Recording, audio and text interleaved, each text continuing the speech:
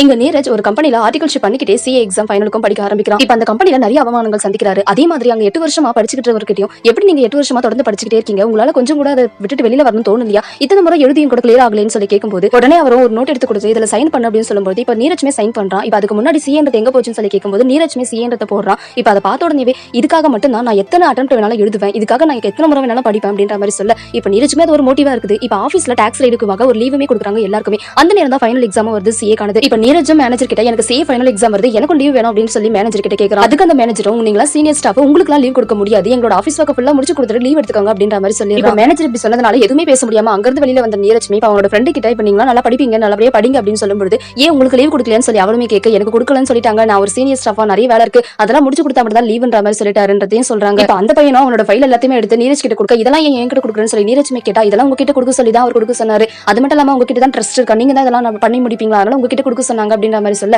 கடைசி வரைக்கும் படிக்கவே விட மாட்டீங்களா அப்படின்ற மாதிரி இப்ப நீரஜ்மே அந்த ஃபைல் எல்லாமே வாங்கி வச்சுக்கிறான். வீக் ஃபுல்லா ஆபீஸ்ல ஒர்க் பண்ணிட்டு வீக்கெண்ட்ல போயிட்டு லைப்ரரியில படிக்கலாம்னு போனா கூட அந்த நேரம் ஆபீஸ்ல இருந்து கால் பண்ணி உங்களோட ஒர்க் எங்களுக்கு தேவைப்படுது, அதனால நீங்க இப்பவே ஆபீஸ் வரணும்னு சொன்னா கூட என்ன சார் இப்பதான் நாங்க லைப்ரரிக்கு வந்திருக்கோம், அதுவும் சாட்டர்டே சண்டே லீவு, நீங்க இப்ப கூட என்ன ஃப்ரீயா விட மாட்டீங்கன்னு சொல்லி கேட்டா நீங்க எப்ப நாங்க கூப்பிடுறோமோ அப்பலாம் நீங்க வந்துதான் ஆகணும் ஆபீஸ், அதுதான் உங்களோட இன்டர்ன்ஷிப் அப்படின்ற மாதிரி சொல்ல இப்ப அவனுக்கும் வேற வழி தெரியல. இப்ப அங்க இருந்து உடனே அவனுமே ஆபீஸ் போக இருக்கிற எல்லா வேலையுமே முடிச்சுட்டு இப்ப அவனுமே அங்க இருந்து ரூமுக்கு போயிடுறான்.